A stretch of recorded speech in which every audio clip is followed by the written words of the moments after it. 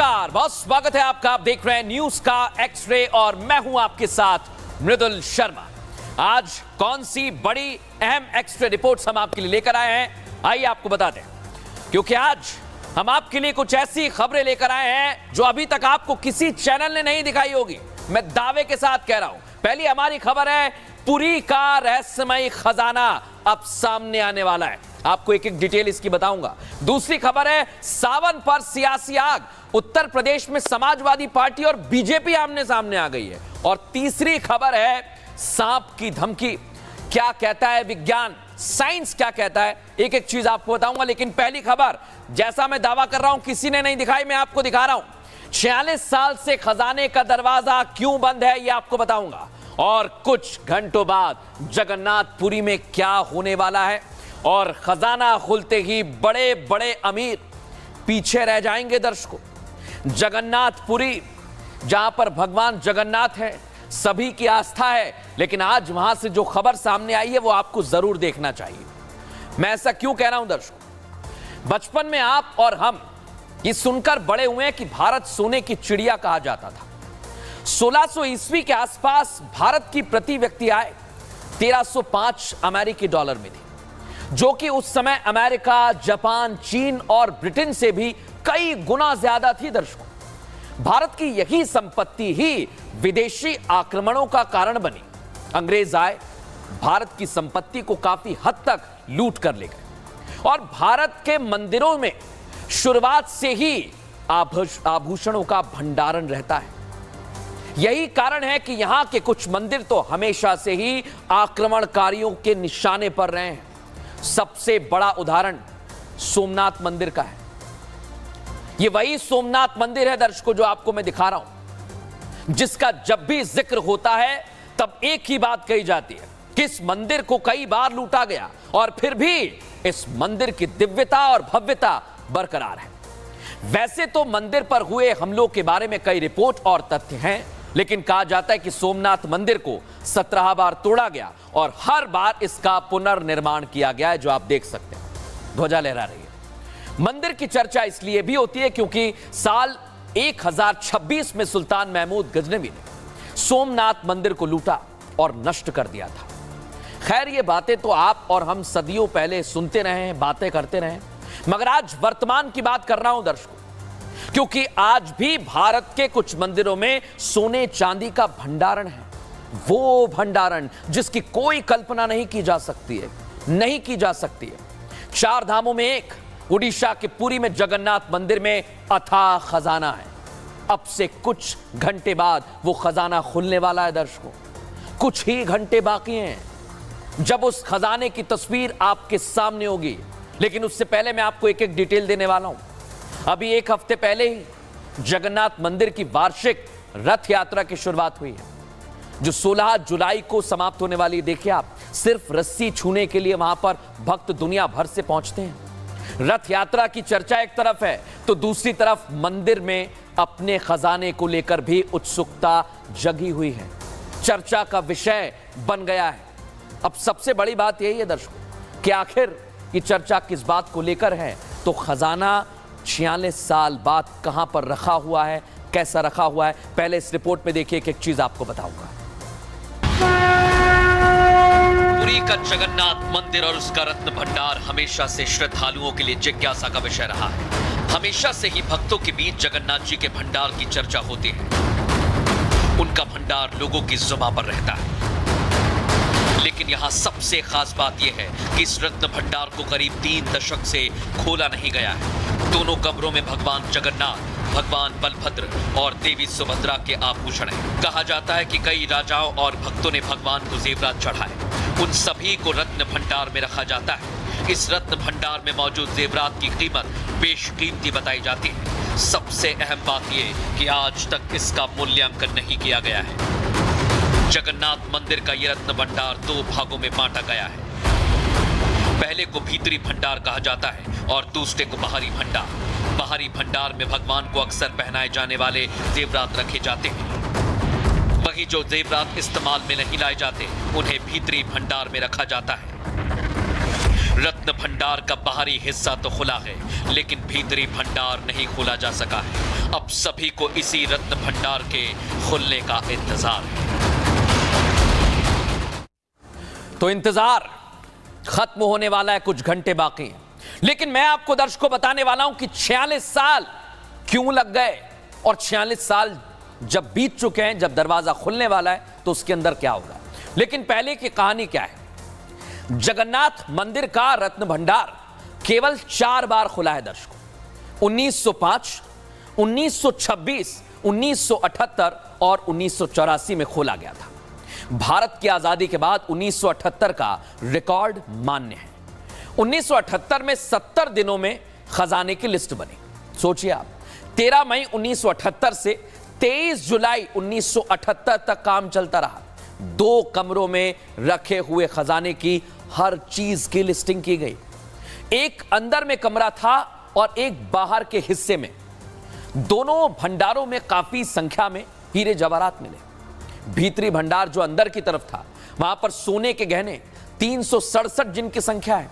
और इस सोने का वजन कितना है सुन लीजिए, 4360 भारी था। आप सोच रहे होंगे भारी क्या है। एक भारी या तोला करीब 12 ग्राम का होता है दर्शकों। और इस कमरे से चांदी के 231 सामान मिले। इस चांदी का वजन था 14,828 भारी। बाहरी भंडार जो बाहर की तरफ था, 87 सोने के गहने मिले। और यहां से मिले सोने का वजन था 8,470 भारी। बाहर वाले कमरे से चांदी के 62 सामान भी मिले। और चांदी के सामान का वजन था 7,321 भारी। लेकिन 46 साल बाद क्यों खुल रहा है, इसके पीछे की कहानी है और कैसे खुलता है यह भी आपको बताऊंगा। लेकिन समझ लीजिए, 14 जुलाई 1985 में रत्न भंडार आखिरी बार खुला था। और 1985 के बाद से चाबी गायब हो गई थी। यह एक कारण है दर्शकों। मंदिर के रत्न भंडार को खोलने की मांग समय समय पर उठती रही है। उड़ीसा हाईकोर्ट में कई याचिकाएं इसके लिए दायर की गई। 2018 में उड़ीसा हाईकोर्ट का राज्य सरकार को एक निर्देश आया। हाईकोर्ट ने रत्न भंडार खोलने के लिए निर्देश दिया। 4 अप्रैल 2018 को 16 सदस्यीय टीम बनाई गई और यह भंडार के चैम्बर में पहुंची। रत्न भंडार की चाबी खोने की बात पर टीम खाली हाथ लौट आई। 2014 में पीएम मोदी ने चाबी खोने का मुद्दा उठाया था। उन्होंने कहा, उड़ीसा में हमारी सरकार बनेगी तो रहस्य का खुलासा करेंगे। नवीन पटनायक ने 4 जून 2018 को जांच के आदेश भी दिए। कमेटी ने 29 नवंबर 2018 को रिपोर्ट सरकार को सौंपी। नवीन पटनायक सरकार ने इसे सार्वजनिक नहीं किया। 2023 में जगन्नाथ मंदिर प्रबंध समिति की भंडार खोलने की सिफारिशें सामने आई और इस साल की रथ यात्रा के दौरान भंडार खोलने की सिफारिश की गई। भंडार की डुप्लीकेट चाबी होने की बात का पता चला है। लेकिन ताला अगर नहीं खुला तो क्या होगा, इसको आगे बढ़ाया जाएगा और ताला तोड़ने की प्रक्रिया को निभाया जाएगा। अब सबसे बड़ी बात यह है कि जो बाहरी और अंदरूनी हिस्से में भंडारण है, उसको लेकर भी कई सवाल खड़े हो रहे हैं कि आखिर क्या हो सकता है, कितना सोना हो सकता है। ये तो हमने आपको बताया, लेकिन अब आगे क्या होगा वो इस रिपोर्ट में समझिए।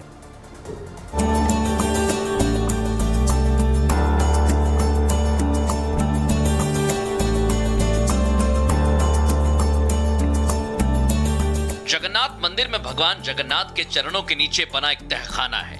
इस तहखाने में ही भगवान जगन्नाथ, बलभद्र और देवी सुभद्रा के कीमती आभूषण और खाने पीने के कीमती बर्तन रखे हुए हैं। अब ये सवाल सबके जहन में है कि आखिर ये रत्न भंडार खुलेगा कैसे। दरअसल जगन्नाथपुरी मंदिर के खजाने की चाबी पुरी के कलेक्टर के पास होती है। हालांकि चाबी के गुम होने के बाद से 6 साल बीत चुके हैं और भंडार नहीं खोला जा सका। खजाने को खोलने के लिए उड़ीसा सरकार से इजाजत लेनी होती है। उड़ीसा सरकार ने पुरी में जगन्नाथ मंदिर के रत्न भंडार को दोबारा खोलने की प्रक्रिया की निगरानी के लिए एक नई उच्च स्तरीय समिति गठित की है, ताकि उसमें रखे कीमती सामानों की लिस्ट तैयार की जा सके। तो देखा दर्शकों आप, लेकिन भारत में कई ऐसे रहस्य हैं जिनके बारे में अभी तक कुछ भी नहीं पता चला है। यह रहस्य बना हुआ है, अभी तक किसी को जवाब नहीं मिला है। कई ऐसे धार्मिक स्थान हैं जिनसे जुड़े हुए रहस्य बताते हैं कि अभी बहुत कुछ रिसर्च करना बाकी है।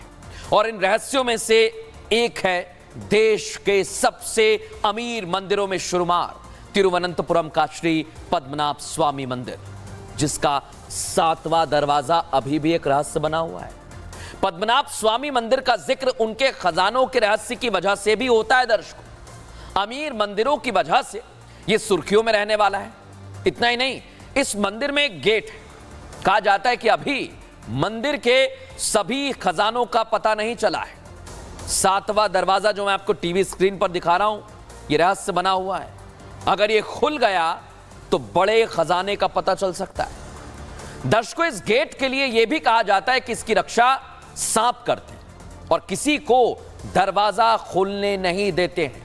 मान्यताओं के मुताबिक एक बार इसे खोलने की कोशिश भी की गई थी तो सांप के काटने से उनकी मौत हो गई। सबसे हैरान करने वाली बात मैं आपको बता रहा हूं, यहां इस गेट में कोई ताला नहीं लगा हुआ है। आपको तस्वीर दिखा रहा हूं, देख लीजिए इसको। इसमें काफी सोना मिल सकता है, क्योंकि इससे पहले जब पद्मनाभ स्वामी मंदिर के 6 गेट खोले गए थे, 6 तहखाने, संपत्ति कितनी है देख लीजिए आप, 1,32,000 करोड़। इसमें सोने की मूर्तियां, हीरे के आभूषण तक शामिल रहे हैं। तो पद्मनाभ स्वामी का जब गेट खुला था तब भी देश भर में चर्चा हुई थी, और अब जगन्नाथ जी का तहखाना जिसकी चाबी गुम हो गई है वो भी खुलने वाला है। लेकिन हमने आपके लिए प्रोफेसर कपिल कुमार जो कि हिस्टोरियन है उनसे बात की। क्या हो सकता है, कितना खजाना हो सकता है, कितनी मान्यताएं हैं, सारी चीजों को लेकर सवाल किए। क्या कह रहे हैं सुनिए जरा। खजाने में चढ़ाई जाती है उसका तो रोज नित हिसाब होना चाहिए। मुझे डर यह है कि जो चाबी खोने की बात है तो कहीं ऐसा तो नहीं कि चाबी खोई इसलिए हो कि किसी ने कुछ उसमें गलत हरकत की हो खजाने के अंदर। और ये तो तभी पता चलेगा जब खजाना खुलेगा, क्योंकि मुझे उम्मीद है कि जब पहले इस खजाने की गिनती हुई थी तो उसका जो लेखा जोखा है, उसका जो हिसाब है, वो मंदिर में मौजूद होगा।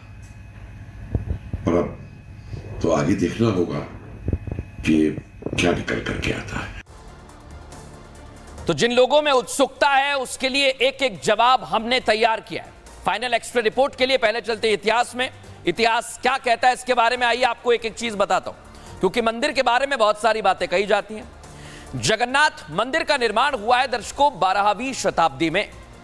गंग राजवंश के राजा अनंत वर्मन चौड़ गंग ने इसका पूरा निर्माण करवाया था। अनंग भीमदेव ने वर्तमान मंदिर का रूप तैयार किया था। बड़ी और अहम बात यह कि कई राजाओं और भक्तों ने भगवान को जेवरात चढ़ाए। महाराजा रणजीत की वसीयत में मंदिर को कोहिनूर देने का जिक्र भी किया गया है, और यह दावा करते हैं खुद जगन्नाथ मंदिर में कि कोहिनूर दान किया गया महाराज जी की तरफ से। ये दावे किए जाते हैं दर्शकों। उड़ीसा सरकार इस दावे को बार बार दोहराती रही है। लेकिन वर्तमान में जगन्नाथ जी के जो भक्त हैं उनको मैं एक बात बताने वाला हूं, क्योंकि इस मंदिर में कई सारे खजाने की बात की जा रही है। जगन्नाथ जी के मंदिर आप भी गए होंगे कई लोग, लेकिन क्या इस समय वर्तमान में स्थिति, आइए जान लेते हैं। पुरी का जगन्नाथ मंदिर देश के सबसे धनी मंदिरों में से एक है, और जगन्नाथ मंदिर के नाम पर उड़ीसा और 6 राज्यों में जमीन भी है दर्शकों। मंदिर के पास 60,822 एकड़ से ज्यादा अधिक जमीन है। पश्चिम बंगाल, महाराष्ट्र, उत्तर प्रदेश, आंध्र, बिहार और छत्तीसगढ़ में जमीन है दर्शकों। सिर्फ इतना ही नहीं, सभी 6 राज्यों में मंदिर के नाम पर करीब 400 एकड़ जमीन भी है। अकेले उड़ीसा में 24 जिले में 60,427 एकड़ जमीन है दर्शकों। और जगन्नाथ मंदिर के पास पुरी शहर में भी 15 गुना ज्यादा जमीन है। पुरी शहर करीब 4,000 एकड़ में बसा हुआ शहर है, और यहां पर इतनी जमीन है, लेकिन अभी भी नजर बनी हुई है खजाने पर कि आखिर होगा क्या। तो हमारा भविष्य क्या कहता है, आइए आपको बता दें। भविष्य में दर्शकों हम आ गए। भविष्य क्या कह रहा है, क्योंकि तहखाना खुलेगा नहीं खुलेगा उड़ीसा सरकार रत्न भंडार खोलने की इजाजत दे सकती है। भंडार के ताले की चाबी ना मिलने पर इसे तोड़ा जाएगा। दर्शक, रत्न भंडार से बड़ी मात्रा में जेवरात और आभूषण मिल सकते हैं। मंदिर से जुड़े हुए कई रहस्यों का भी खुलासा हो सकता है। मंदिर देश का सबसे अमीर मंदिर भी बन सकता है, यह हमारा भविष्य बता रहा है। लेकिन हमने साधु संतों से भी इस मसले को लेकर सवाल किया, कितनी उत्सुकता है, उनका क्या कहना है, अब आपको वो सुनवाते हैं। भगवान का के खजाने में जो धन है उसकी गणना होनी परम आवश्यक है।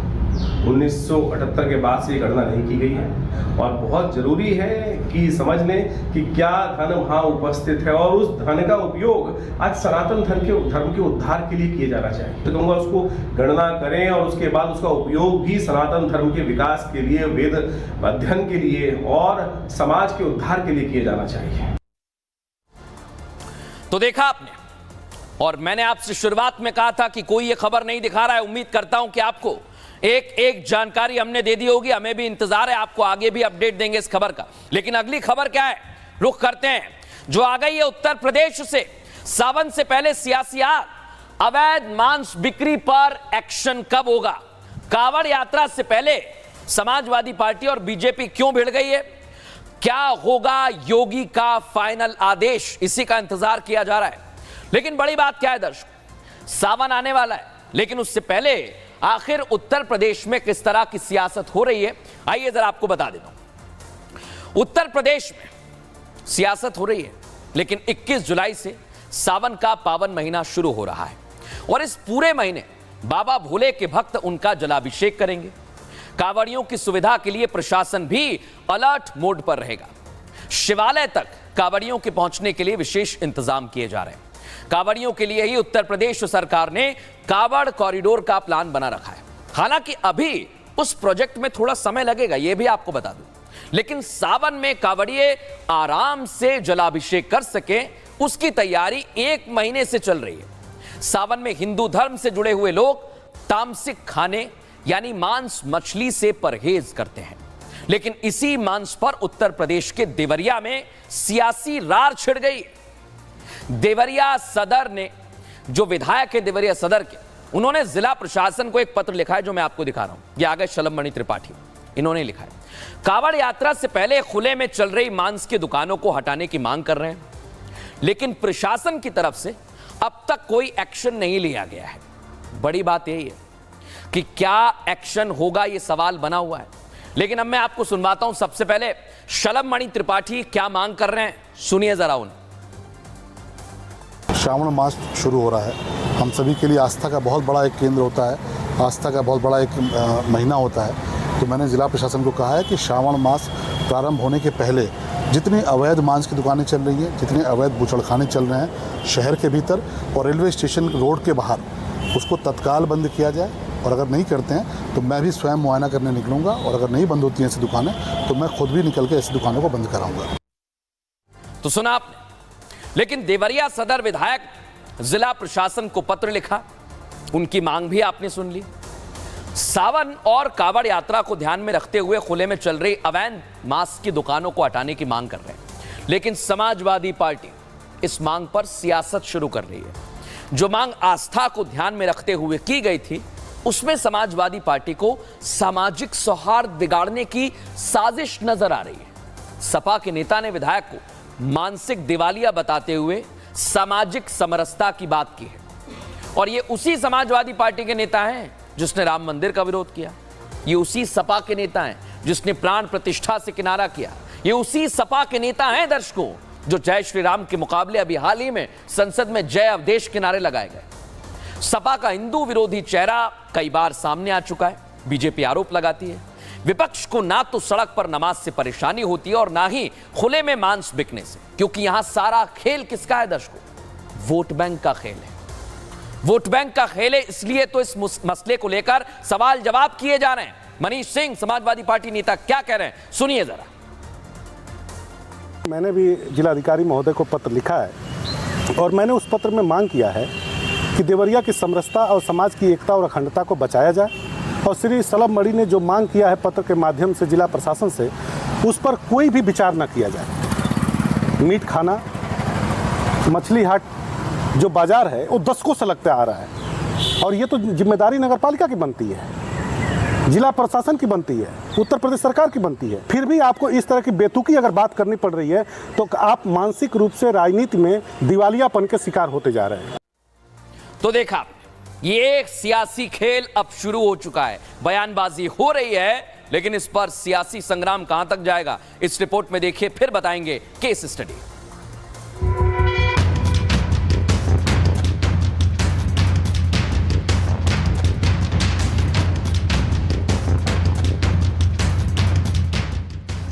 जुलाई से सावन का पावन महीना शुरू हो रहा है। इस दौरान कांवड़ यात्रा की तैयारियों को लेकर उत्तर प्रदेश के मुख्यमंत्री योगी आदित्यनाथ खासा एक्टिव नजर आ रहे हैं। सीएम योगी ने सभी जिलों के डीएम, कमिश्नर और एसपी को जरूरी दिशा निर्देश दे दिए हैं।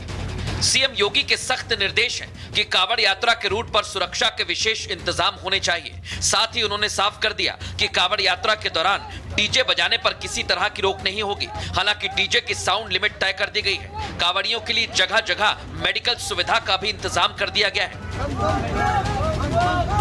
सीएम योगी ने शरारती तत्वों पर नजर बनाए रखने की सख्त हिदायत दी है। कई बार कुछ ऐसे लोग सामाजिक सौहार्द बिगाड़ने की साजिश रचते हैं, लेकिन ऐसे लोगों पर यूपी पुलिस की पैनी नजर बनी हुई है। प्रशासन इस साल कांवड़ शिविर लगाने वालों का पहले से वेरिफिकेशन करा रहा है। ऐसा नहीं है कि उत्तर प्रदेश सरकार सावन में सिर्फ कांवड़ यात्रा पर ही ध्यान दे रही है। मुस्लिमों के त्योहार मुहर्रम पर भी प्रशासन को खास निर्देश दिए गए हैं। ताजियों से जुड़ी हुई कमेटियों से प्रशासनिक अधिकारी चर्चा कर रहे हैं। ताजिए के रास्तों को सुरक्षित करने का प्लान बनाया गया है। त्योहारों के दौरान जहां कई पार्टियां सियासी माइलेज के लिए वोट बैंक वाली राजनीति में जुटी हुई हैं, वहीं सीएम योगी दोनों त्योहारों के लिए समान पॉलिसी लागू कर रहे हैं। समान पॉलिसी मुख्यमंत्री योगी आदित्यनाथ की लागू हो रही है, लेकिन देवरिया में इसे लेकर क्यों रार छिड़ी हुई है? हमने केस स्टडी पूरी तैयार की आपके लिए। केस 1 क्या कहता है? देवरिया रेलवे स्टेशन के पास अवैध मांस की बिक्री हो रही है। स्टेशन के पास ही मां दुर्गा का मंदिर भी है दर्शकों, और स्टेशन और मंदिर के पास खुले में मांस बिक रहा है। कसाई खुले में ही बकरे और मछली काट रहे हैं। स्टेशन रोड पर ही गंदगी का अंबार लगा हुआ है दर्शकों। सावन में रेलवे से लाखों कांवड़िए यात्रा करते हैं। खुले में मांस की बिक्री से कांवड़ियों को परेशानी हो सकती है। और इस समय क्या कह रहे हैं मीट व्यापारी? हमने उनकी भी बातचीत की, उनसे भी बातचीत की। मीट व्यापारी अलग अलग तर्क दे रहे हैं। पहले नगर पालिका द्वारा बिल्डिंग बनाई गई थी, ये कह रहे हैं। 2007 में नगर पालिका की दुकानें गिर गई। कई बार नगर पालिका से मामले की शिकायत की गई, लेकिन पालिका ने नया निर्माण नहीं कराया और मांस व्यापारी मजबूरी में खुले में मीट बेच रहे हैं, ये उनका कहना है। जगह का निर्धारण हो जाएगा तो वहां मीट बेचेंगे, लेकिन अभी रार छिड़ी हुई है कि वहां से दुकानें हटेंगी कि नहीं हटेंगी। तो हमने दुकानदारों से भी बात की, वो इस मामले में क्या कह रहे हैं, पहले आप जरा वो सुनिए। यहाँ पे मीट मार्केट जो है कि आज से 8-10 साल पहले जो है टूट के गिरा हुआ था और उसी में मार्केट भी था। वहाँ टूटने के बाद हम लोग जो है यहाँ पे रोड पे करने लगे। आज हम लोगों को मीट मार्केट मिल जाए तो हम लोग खुले में नहीं करेंगे, अंदर ही करेंगे। दिक्कत ये कि मार्केट नहीं है तो लोग खुले में मजबूरी में बेच रहे हैं। अगर मार्केट होता और सरकार जो है कोई इंतजाम करती उसका, तो लोग खुले में नहीं बेचते हैं। हम लोग कई बार कहे हैं भाई इसको मार्केट को बना के दे दिया जाए, हम लोग मार्केट उसी में सब शिफ्ट हो जाएंगे। हम लोग को मजबूरी है, हमारे बाल बच्चे कैसे खाएंगे? हम लोग भूखे नहीं न मरेंगे। बहुत से गरीब लोग हैं जो यहाँ दुकान चलाते हैं अपना छोटा छोटा, वो कह रहे हैं कि मार्केटों में मिल जाए तो फिर मार्केट में चलाएंगे नहीं। विधायक जी चाह रहे हैं कि यहाँ से एकदम साफ ही दुकान ही खत्म हो जाए, फिर जाएंगे लोग कहाँ। लेकिन न्यूज का एक्सरे ही एकमात्र ऐसा शो है जो आपको दोनों पक्ष दिखाता है और फिर क्या नियम कहते हैं यह भी बताता है। मीट कारोबार के सख्त नियम भी है दर्शकों। मीट बिक्री के लिए साल 2017 में सख्त नियम बनाए गए थे। मीट की दुकान धार्मिक स्थलों के 50 मीटर के रेडियस में नहीं खुल सकती है। मीट की दुकान सब्जी की दुकानों के पास भी नहीं होनी चाहिए। खुले में मीट काटने और बेचने पर भी पाबंदी लगाई गई है। नियम कहते हैं मीट का काम करने वालों के पास हेल्थ सर्टिफिकेट होना चाहिए। शहरी इलाकों में सर्किल ऑफिसर से लाइसेंस लेना होगा। ग्रामीण इलाका है तो ग्राम पंचायत से FSDA से NOC लेनी होगी। बीमार जानवर काटने पर भी सख्त कार्रवाई होगी। दुकानदारों को हर 6 महीने में दुकान की सफेदी करानी होगी। क्या ये सब हो रहा है यहां पर? चाकू और दूसरे धारदार हथियार स्टील के बने होने चाहिए। मीट की दुकानों में कूड़े के निपटारे की व्यवस्था होनी चाहिए। बूचड़खानों से खरीदे जाने वाले मीट का पूरा हिसाब होना चाहिए। मीट को इंसुलेटेड फ्रीजर वाली गाड़ियों में ही बूचड़खानों से ढोया जाएगा और मीट को जिस फ्रिज में रखा जाए उसके दरवाजे पारदर्शी होने चाहिए। सभी मीट की दुकानों पर गीजर भी होना चाहिए। दुकानों के बाहर पर्दे या डार्क ग्लासेस लगाने का नियम भी है और मुख्यमंत्री योगी आदित्यनाथ ने यह नियम तैयार किए हैं दर्शकों। लेकिन बड़ी बात क्या है, क्या इन नियमों का पालन हो रहा है? और अगर नियमों का पालन हो रहा है तो फिर इस मसले को लेकर आवाज उठा रहे हैं विधायक और इस पर सियासी रार भी छिड़ा हुआ है। यही सबसे बड़ा सवाल है कि आखिर सावन के पहले ये सियासी रार कहां खत्म होगी, इस सियासी आग कहां तक जाएगी, यही देखना है। लेकिन अगली स्टोरी का वक्त हो गया है, आइए आपको दिखा दें। यह स्टोरी बड़ी दिलचस्प है दर्शकों। क्यों कह रहा हूं मैं? आपने कई बार फिल्मों में इस तरह की स्टोरी देखी होगी, लेकिन आज हम पूरा एक्सरे आपके लिए कर रहे हैं। क्या हो रहा है? एक सांप ने धमकी दी है। कैसे? 40 दिन में सांप ने 7 बार क्यों काट लिया, ये सवाल है। अंधविश्वास और विज्ञान के दावे क्या कहते हैं ये मैं आपको बताने वाला हूं और कोई नहीं बताएगा। सांप की मेमोरी का पूरा एक्सरे हमने किया है दर्शकों। ऐसा मैं क्यों कह रहा हूं? एक ऐसी खबर सामने आई जिसने हमें भी मजबूर कर दिया। जैसे रोज कई सारी खबरें आती हैं, लेकिन आज ये खबर हम आपको क्यों दिखा रहे हैं, समझिए जरा। उत्तर प्रदेश का फतेहपुर जिला है और ये सुर्खियों में आ गया है। यहां एक व्यक्ति है और सांप की दुश्मनी उससे बड़ी जोर की हो गई है। दिन भर चर्चा हो रही है इसकी। आपने फिल्मों में देखा होगा कि सांप की आंखों में इंसान की तस्वीर छप जाती है, नाग नागिन इंसान से बदला ले लेते हैं, ये सब कुछ चलता है। लेकिन हकीकत में ऐसा ना तो कभी आपने देखा होगा और ना ही कभी सुना होगा, मैं दावा कर रहा हूं। लेकिन फतेहपुर के 24 साल के विकास दुबे का दावा कुछ और है।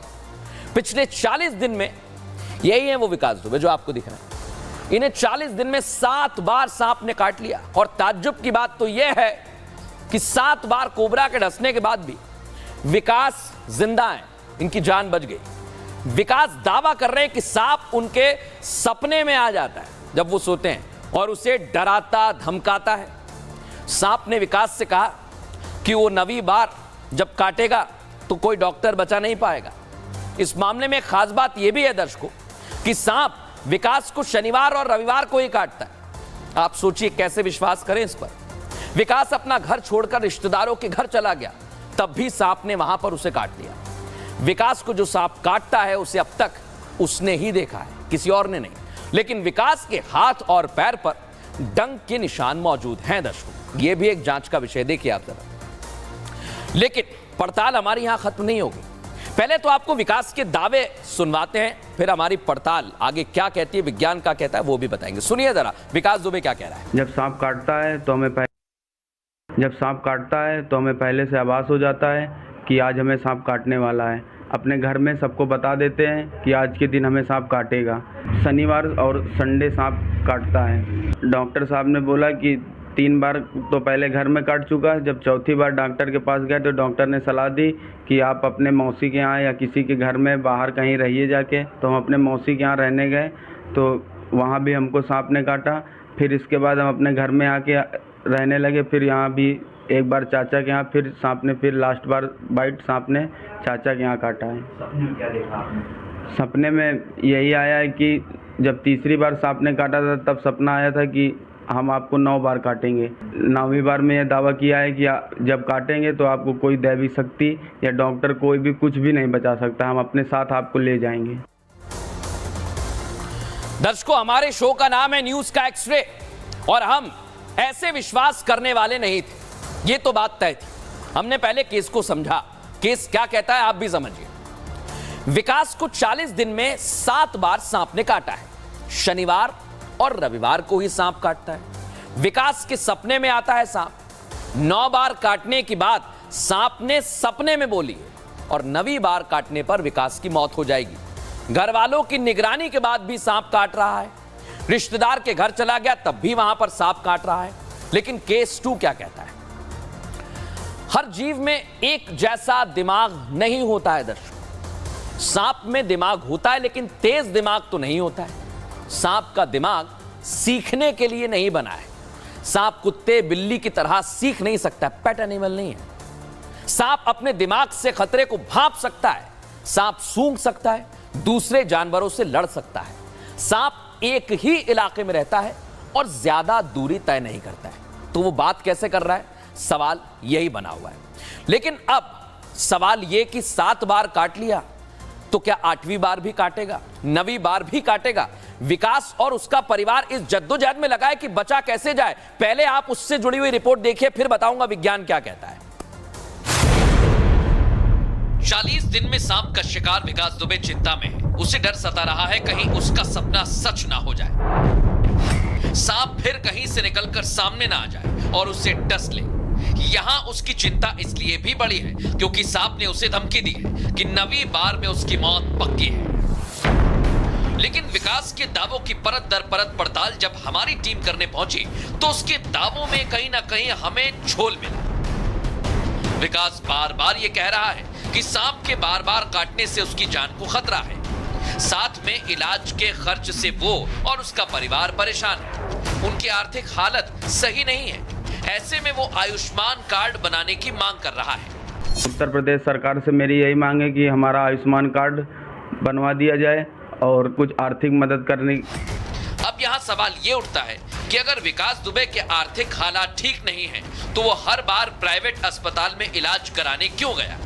अब इस मामले की जांच कर रही टीम इसकी पड़ताल करेगी। एक ही व्यक्ति को कोई सर्प है और किसी पर्टिकुलर डेट पर ही काट रहा है और उसका इलाज भी किसी एक ही हॉस्पिटल में हो रहा है। बार बार टीम बना के मैं 3 डॉक्टर्स की वहां भेज रहा हूं। वहां पर विकास के सांप के डसने के दावे जितने काल्पनिक महसूस हो रहे हैं उतना ही मुश्किल है इसकी तह तक पहुंचना। फिलहाल टीम अपने काम में जुटी हुई है, सबको इंतजार है इस मामले के खुलासे का। विज्ञान में ऐसा संभव नहीं है कि सांप किसी की मेमोरी पढ़ ले या किसी के दिमाग में आ जाए या उसकी शक्ल अपनी आंखों में उतार ले। ऐसा सब फिल्मों में होता है दर्शकों, विज्ञान में नहीं होता है। लेकिन हमने आपके लिए पड़ताल की तो साल 2003 में भी एक ऐसा ही मामला सामने आया था जिसमें हिमाचल प्रदेश के एक शख्स को करीब 250 से ज्यादा बार सांप ने काट लिया था और फिर भी उन्हें कुछ हुआ नहीं दर्शकों। इस शख्स का नाम था अमर सिंह और ये हिमाचल प्रदेश के सिरमौर जिले का ही रहने वाला था। वो सांप के साथ खेलते थे और इसी दौरान कई बार उन्हें सांप ने काट लिया, लेकिन एक बार में कुछ नहीं हुआ, जिसके लिए उन्होंने तर्क दिया कि उन्होंने जीवन में कभी भी नमक नहीं खाया है, जिसकी वजह से सांप के जहर का असर उन पर नहीं होता है। इसके अलावा अमेरिका में भी एक शख्स थे जो सांप के जहर पर काम कर रहे थे और उन्हें भी 173 बार सांप ने काटा, उन्हें भी कुछ नहीं हुआ दर्शकों। लेकिन 20 बार ऐसे हालात बने जब उनकी तबीयत बहुत ज्यादा बिगड़ गई थी। यानी जहर तो सांप में होता है और वो इंसानों के लिए खतरनाक भी होता है। लेकिन बड़ी बात क्या है दर्शकों, साइंस इस पर विश्वास नहीं करता है, इसलिए इस तरह की जब स्टोरी आती है हम आपके लिए पड़ताल करते हैं। डॉक्टर्स भी क्या कह रहे हैं ये भी हमने आपको बता दिया है। अब देखना यही होगा कि इस मसले पर जांच के बाद क्या होता है। लेकिन आज एक अच्छी खबर है दर्शकों, और आप लिख लीजिए, जो जीके के स्टूडेंट्स हैं वो इस बात को लिख लें। आज वर्ल्ड स्काई डाइविंग डे है और इस मौके पर बेहद अलग तस्वीर सामने आई है। ये देखिए, ये है केंद्रीय मंत्री गजेंद्र सिंह शेखावत। अनोखे अंदाज में मंत्री जी दिखाई दे रहे हैं। केंद्रीय मंत्री ने हरियाणा के नारनौल में एक उड़ते हुए विमान से छलांग लगाई। केंद्रीय मंत्री ने स्काई डाइविंग का भरपूर आनंद लिया है। उन्होंने स्काई डाइविंग पर जाने से पहले इलाके की मुआयना भी किया था और इसके लिए विशेष तौर पर इसके लिए ट्रेनिंग दी जाती है। उन्होंने पूरी ट्रेनिंग ली, उसी के बाद उन्होंने नीले गगन में उड़ान भरी है। अनोखे रोमांच का लुत्फ उठाया है। मोदी 3.0 में जोधपुर से जीते हैं गजेंद्र सिंह शेखावत और इस बार केंद्रीय संस्कृति और पर्यटन मंत्री बनाया गया है। नारनौल में स्काई डाइविंग की सुविधा अभी शुरू हुई है। अब शेखावत की कोशिश है कि हरियाणा में पर्यटन को बढ़ावा देना है और यही कारण है कि वो इस तरह जमीन से आसमान तक बाहें फैलाकर पर्यटकों को आमंत्रित कर रहे हैं।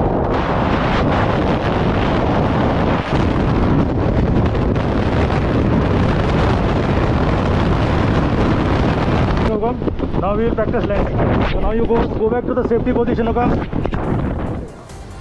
तो विदेशों में पहले आपने ऐसी तस्वीर देखी होगी, लेकिन अब भारत में भी पर्यटन को बढ़ावा मिल रहा है। आप भी इस तस्वीर को ज्यादा से ज्यादा देखिए और शेयर भी करिएगा। फिलहाल न्यूज का एक्स्ट्रा में इतना ही। कल फिर आपसे मुलाकात होगी। कहीं मत जाइए, बने रहिए हमारे साथ।